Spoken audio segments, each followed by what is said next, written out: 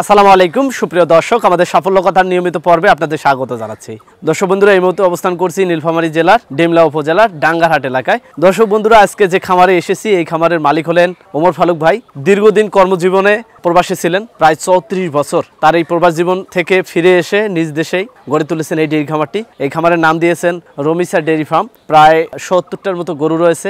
এই খামার শুরুতে অনেক প্রতিবন্ধকতার সম্মুখীন হয়েছেন। আপনারা সবসময় বলেন যে ভাই, এই খামার করতে এসে তো অনেকে লস করেন। আসলে খামার জগতে লস আছে, লাভ আছে, সবই রয়েছে। শুরুতে ছাগল খামারে লস, পরবর্তীতে ডেইরি খামারে লস, তারপরেও খামার ছাড়েননি। প্রায় 4-5 বছরে বিভিন্ন প্রতিকূল পরিবেশের সম্মুখীন হয়ে এই খামারটি চালিয়ে যাচ্ছেন। এখন তার খামার আলহামদুলিল্লাহ ভালোভাবে চলতেছেন। এখন তিনি সফলতার দিকে আসতেছেন। তো আমরা আজকে এই উদ্যোক্তা ওমর ফারুক ভাইয়ের সঙ্গে কথা বলবো এবং জানার চেষ্টা করব তিনি কেন এই ধরনের খামার জগতে এসেছেন এবং কিভাবে এই খামারটি করছেন। সেই সাথে আমি এলাকাবাসীর কাছ থেকে তথ্য নিয়ে যতটুকু জানতে পেরেছি, তিনি এই খামার করার পাশাপাশি তার এলাকায় যত খামার রয়েছে আরও প্রায় 60-65 জন খামারিকে উদ্বুদ্ধ করে খামার গড়ে তুলে দিয়ে তাদের যে উৎপাদিত দুধটা সেটিও সংগ্রহ করে বিভিন্ন মাধ্যমে তিনি সেল করে দিচ্ছেন। একদিক থেকে তিনি লাভবান হচ্ছেন, অপর দিক থেকে এলাকার যে খামারি রয়েছে, ছোট ছোট খামারিরা, তারাও লাভবান হচ্ছেন।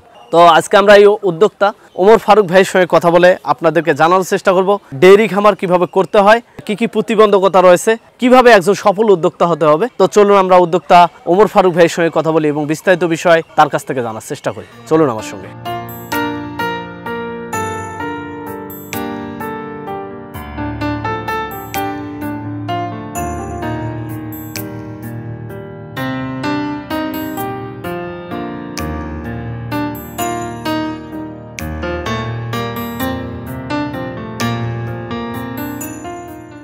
ওমর ভাই, আসসালামু আলাইকুম। ওয়ালাইকুম আসসালাম ওয়া রাহমাতুল্লাহি ওয়া বারাকাতুহু। কেমন আছেন আপনি? জি আলহামদুলিল্লাহ, আপনারা ভালো আছেন? আলহামদুলিল্লাহ খুবই ভালো আছি। আপনার খামারে এসে খুবই ভালো লেগেছে। বাবুকে সাথে নিয়ে আমার ছেলে। কি নাম তোমার? হুসাইন ইবনে ওমর। হোসাইন ইবনে ওমর। এটি কার খামার? এই খামারের নাম কি? রমিসা ডেইরি। ভাই, আমাদের একটু বলবেন আসলে প্রবাস থেকে এসে কত বছর হলো খামার করলেন, কিভাবে এই খামার জগতে আসে আমাদের একটু বলুন। 82-তে আমি দেশের বাইরে যাই, সর্বপ্রথম ইরাকে যাই। ওখান থেকে আমি 87-এ বাংলাদেশে আসি। আসার পর আবার 87-এ চলে যাই সৌদি আরবে।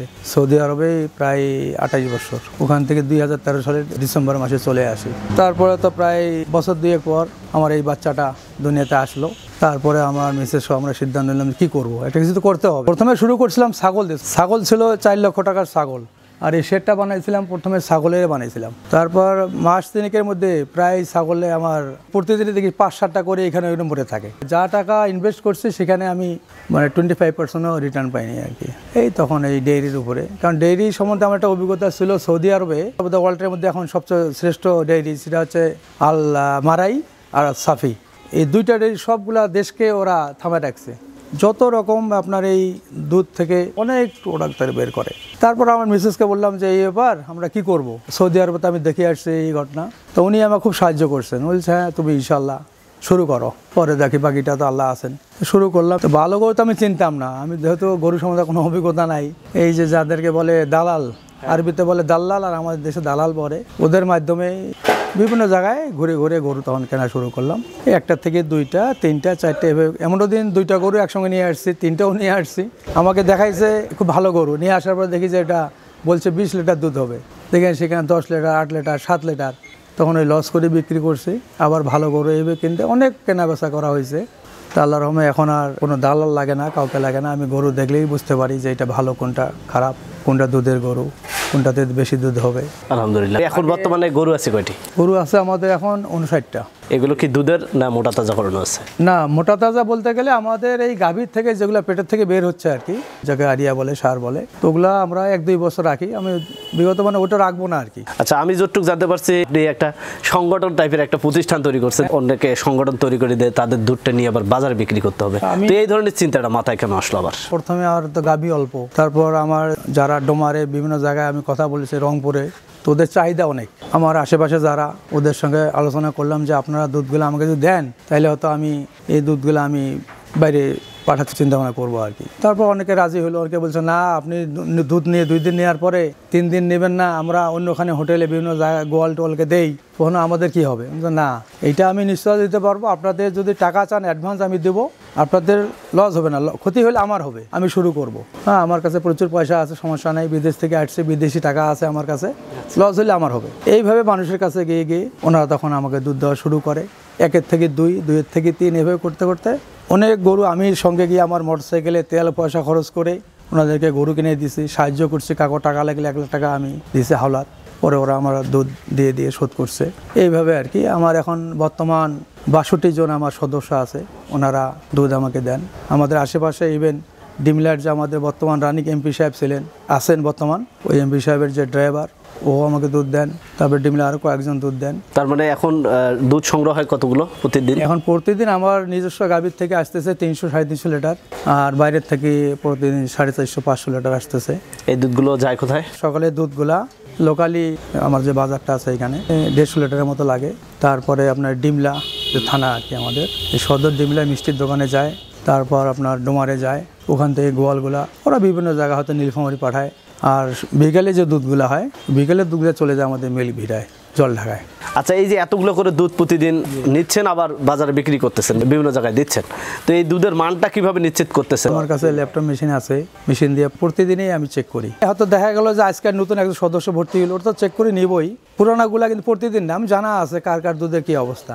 হ্যাঁ, ওরা তো প্রতিদিন নিয়মিত দিচ্ছে, তারপরও আমি 2-3 দিন পর ওটাও চেক করি আমি। এইভাবে চলে আসতেছে। আচ্ছা, এখন এই যে খামারিরা আপনাকে দুধ দিচ্ছে, তারা কি সুবিধাটা পাচ্ছে, তারা কতটা লাভবান হচ্ছে? আমার মানে মোর দ্যান 90% লোক এরা কিন্তু সবাই ওই যে আপনার যতগুলো এনজিও আছে, এই যে ব্রাক, তারপর আশা, বিভিন্ন এনজিও থেকে তারা কিন্তু টাকা তারা লোন করছেন।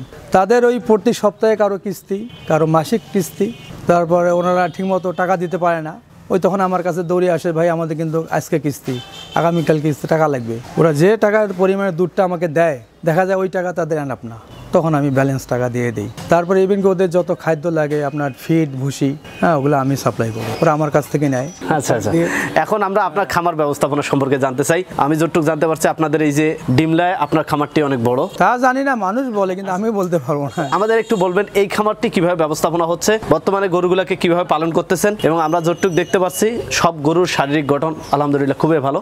আমাদের এই ব্যবস্থাপনার দিক থেকে কিছু বলবেন। এই ফজর নামাজ পড়ার পরে 1-1.5 ঘন্টা রেস্ট করার পরে সকাল 7টায় প্রথমে এসে গোবরগুলো যা আছে ওগুলা সরে টরে দিয়ে, তারপরে প্রতিটা গাভীকে এবং বাস সবাইকে গোসল করাই আমরা ভালো করে, সুন্দর করে পরিষ্কার করার পরে তারপরে ওদের এই খের, খড়, ঘাস এদের খাদ্য দেওয়া হয়। আবার আমরা সকালে এবং বিকালে 2 বার গাভী সেকতে হয় কবার দিনে? গাভী যেটা 3 বার সেকি সেটাকে ওই 3 বার খাবার দিতে হবে, আর যেটা 2 বার কোনোটা 4 বারও সেকি। এখানে সর্বোচ্চ কত লিটার দুধ দেয় এমন বড় গাভী রয়েছে? আমার এখানে আছে 27-28 পর্যন্ত আছে আমার। এই 4 বার সেকতে হচ্ছে, এর কারণটা কি? কারণটা বাচ্চা ছোট আর অনেক লোড, যে বেশি দুধের গাভী না, যেখানে 28-30 লিটার একটা দুধ মানে ও বহন করতেছে, তো ওর জন্য একটা লোড। এই জন্য সকালবেলা একবার, 11টায় একবার, 4টায় একবার, রাত্রে 8টার দিকে একবার। এই 4 বার আবার খাদ্যও দিতে হবে? হ্যাঁ, 4 বার। তাহলে তো দুধটা আসবে কোথা থেকে? আচ্ছা, এই যে খাদ্যগুলো দিচ্ছেন, এই খাদ্য কি তাদের শারীরিক গঠন অনুযায়ী দেওয়া হচ্ছে না এমনিতেই দিচ্ছেন? এই যে ফিডটা, যেটা আপনার দুধের ফিড, যেটা ওটাতে তার বডি ঠিক থাকবে, ইভেন সে দুধও দিবে, দুইটাই কাজ করবে। যেটা বেশি দুধের গরু সেটা আমাদের 15 থেকে 20 কেজি ঘাস দিতে হয়। আচ্ছা, এখন যে দৈনিক খাবার দিচ্ছেন, একটা গরুকে দৈনিক কত টাকার খাদ্য খরচ হয় একটা গরুর পিছনে? ওটা হচ্ছে আপনার গরু দুধের উপরে, যে সমস্ত বডি ওয়েট বেশি, যেটা আপনার দুধ বেশি দেয়, ওটাকে বেশি খাদ্য দিতে হবে। হয়তো কোনোটাকে যেটা নির্মূল একদম কমপক্ষে না হলেও 6 কেজি দিতে হবে আপনার সকাল বিকাল। গরুর পালনে আসলে কি কি রোগ ব্যাধি দেখা যায়, এবং এখন বর্তমানে এই গরুর যে রোগগুলো হয়ে থাকে এগুলো ব্যবস্থাপনা কি নিচ্ছে? আসে আমাদের ইন্ডিয়ার থেকে যে সমস্ত গরুগুলো আসে, একটা গরু ইন্ডিয়ার থেকে আসতে গেলে আমাদের দেশে মিনিমাম 10-12 দিন সময় লাগে। তো ওই রোগ তোরা নিয়েই আসে। যেমন আমার পাশে কিন্তু একটা হাট, প্রতি বৃহস্পতিবার হাট, আমার এই গেট খুললেই হাটটা, তো ওটার জন্য আবার সেই রকম আপনার ওষুধও আছে। আমাদের দেশে যে ভ্যাকসিন যেগুলো সরকারিভাবে দেয়, ওটা আমার মনে হয় না যে কোনো কাজ করে। তা আমার যেগুলো ভ্যাকসিন দেওয়া আছে ওটা হলো রাশিয়ান। কি পরিমাণ ইনভেস্ট হয় প্রতি মাসে? ইনভেস্ট তো অনেক।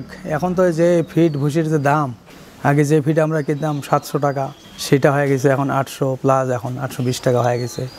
যে ভুসি কিনতাম 800-900 টাকা, সেটাই এখন 1400-1500 টাকা, 1200-1300 এরকম ওঠানামা করতেছে আর কি মান্থলি। তারপরও আমার মনে হয় না কমপক্ষে 8-10 লক্ষ টাকা আমার খরচ হয়। এই পর্যন্ত এই খামারে ইনভেস্ট কত টাকা হয়েছে? আপনার এই খামার করতে এসে কি পরিমাণ ইনভেস্ট করছেন? সত্যি কথা বলতে গেলে কি, আমি কিন্তু কোনো অ্যামাউন্ট আমি হিসাব করিনি। আমি যদি লিখে রাখতাম, আমি মনে হয় একদিন পাগল হয়ে যেতাম। মিসেস আমাকে সবসময় উৎসাহ দিতেন আর কি, যে তুমি নিরাশ হও না, আল্লাহ ইনশাল্লাহ দিবে। ইনশাল্লাহ এখন আর ওইটা, সেই ভয়টা নাই। আলহামদুলিল্লাহ আমি এখন পজিটিভে আছি, খুব ভালো আছি এখন। আগামীতে ইনশাল্লাহ আমার যে সমস্ত বকনা উঠতেছে, আমাদের বকনাই আছে বোধ এখন 18টা। ইনশাল্লাহ আগামী 2023-এ গিয়া মোটামুটি হয়তো আমার যে সমস্ত যে লস যেগুলো করছি কিছুটা মেকআপ হবে। 25-এ গিয়ে আমি ইনশাল্লাহ আমার সম্পূর্ণ আমার এটা মেকআপ হওয়ার পরে আমরা ভালো একটা আলোর মুখ দেখবো আর কি ইনশাআল্লাহ। দর্শক বন্ধুরা, আমরা এতক্ষণ থেকে কথা বলছিলাম ওমর ভাইয়ের সঙ্গে। তো ভাই বলছিলেন তার মিসেস তাকে সার্বক্ষণিক সাহস উৎসাহ বিভিন্ন পরিকল্পনাগুলো দিয়ে থাকেন। তো আমরা ভাবিকে পেয়েছি, তার সঙ্গেও কিছু কথা বলবো। আসসালামু আলাইকুম। ওয়ালাইকুম আসসালাম। কেমন আছেন আপনি? আছি আলহামদুলিল্লাহ। যে আমরা ভাইয়ের সঙ্গে কথা বলেছি, ভাই বলছিল যে বিভিন্ন পরামর্শ এবং উৎসাহ যেগুলো সেগুলো আপনি দিয়ে থাকেন। তো এই বিষয়ে আপনি কিছু বলবেন।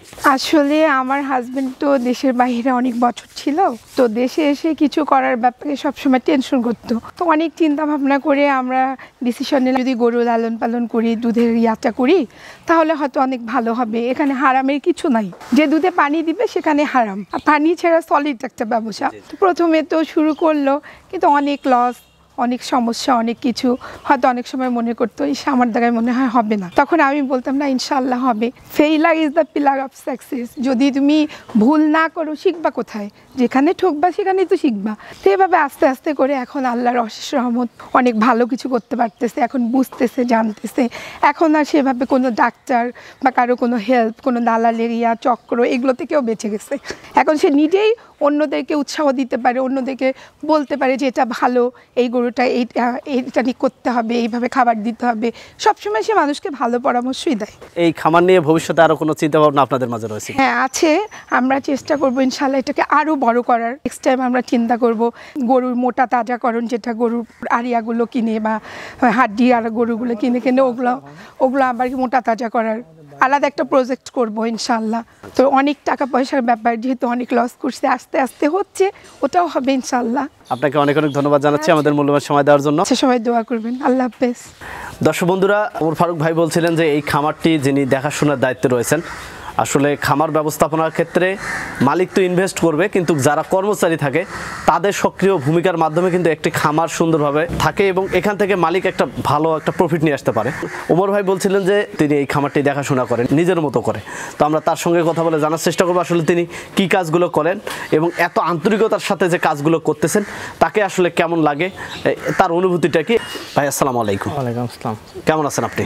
ভালো আছি। আসলে আপনাকে এই কাজটি কেমন লাগে এবং কিভাবে এই কাজগুলো করতেছেন? কাজ তো আমি ছোট থেকেই করি, প্রায় 15-16 বছর থাকি আমি এই লাইনে আছি, তখন থাকি আমি এই কাজ করি। সকাল থেকে সন্ধ্যা, যেমন আমি ঘুম থেকে উঠি, আমাদের একটা ব্যবসা আছে, ওইখানে জিনিসপাতি গোছাল লাগে, গোছে এখানে আসিয়া কয়েকটা গাভী দোয়ার লাগে, দোয়ার পরে আমি ওইদিকে যাই। আচ্ছা, কখন কখন দুধ দহন করতে হয়? সকাল 8টার সময় শুরু করি, দুপুর 2টা থেকে 2:30, আর সন্ধ্যা 6টা থেকে 7টা পর্যন্ত। একটি গাভীকে ভালো দুধ পাওয়ার জন্য কি খাদ্য দিতে হয়? যেমন ঘাস আছে, খড় আছে, যেমন দানাদার খাদ্য আছে, এগুলো পর্যাপ্ত মূল্য আমরা দেই। 25 কেজি দুধ হয়তো 12 কেজি পর্যন্ত খাবার দেই। দানাদার খাদ্য খাই আমরা 12 কেজি, তার মধ্যে ঘাস একটা বাড়তি। এই খামারে কি কি রোগ হয়েছিল এবং কোন রোগে কোন ধরনের ব্যবস্থা নেওয়ার পরে গরুটি ভালো হয়েছে, যে কোনো একটি আমাদের বলবেন।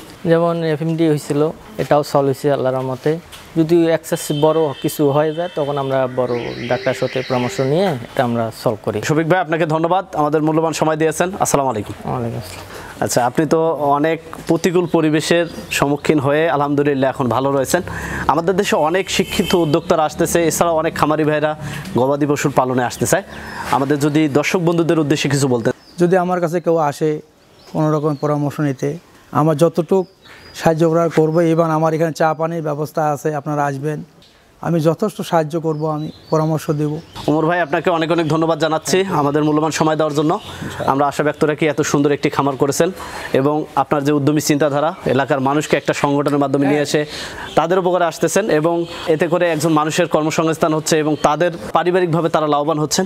এই যে সার্বক্ষণিক যে কাজগুলো করতেছেন এই সুবাদে এবং আমাদের দর্শক বন্ধুরা আমাদের আজকের যে ভিডিওটি দেখতেছেন সকলের পক্ষ থেকে আপনাকে অসংখ্য ধন্যবাদ জানিয়ে শেষ করছি আমাদের আজকের এই প্রতিবেদন। আসসালামু আলাইকুম। ওয়ালাইকুম আসসালাম। দর্শক বন্ধুরা, এতক্ষণ থেকে কথা বলেছি ওমর ভাইয়ের সঙ্গে এবং ভাবির সঙ্গেও কথা বলে জানার চেষ্টা করেছি, সেই সাথে একজন কর্মচারীর সঙ্গেও কথা বলেছি এই খামারের বিভিন্ন ব্যবস্থাপনা নিয়ে। ওমর ভাইয়ের দেওয়া তথ্য অনুযায়ী যেটি বিষয়ে জানতে পেরেছি সেটি হচ্ছে যে খামার ব্যবস্থাপনার ক্ষেত্রে যদি অজানা থাকে, অর্থাৎ আপনি যদি অভিজ্ঞ না হন, আপনার মোটা অঙ্কের টাকা লস হওয়ার সম্ভাবনা অনেক অংশে বেশি।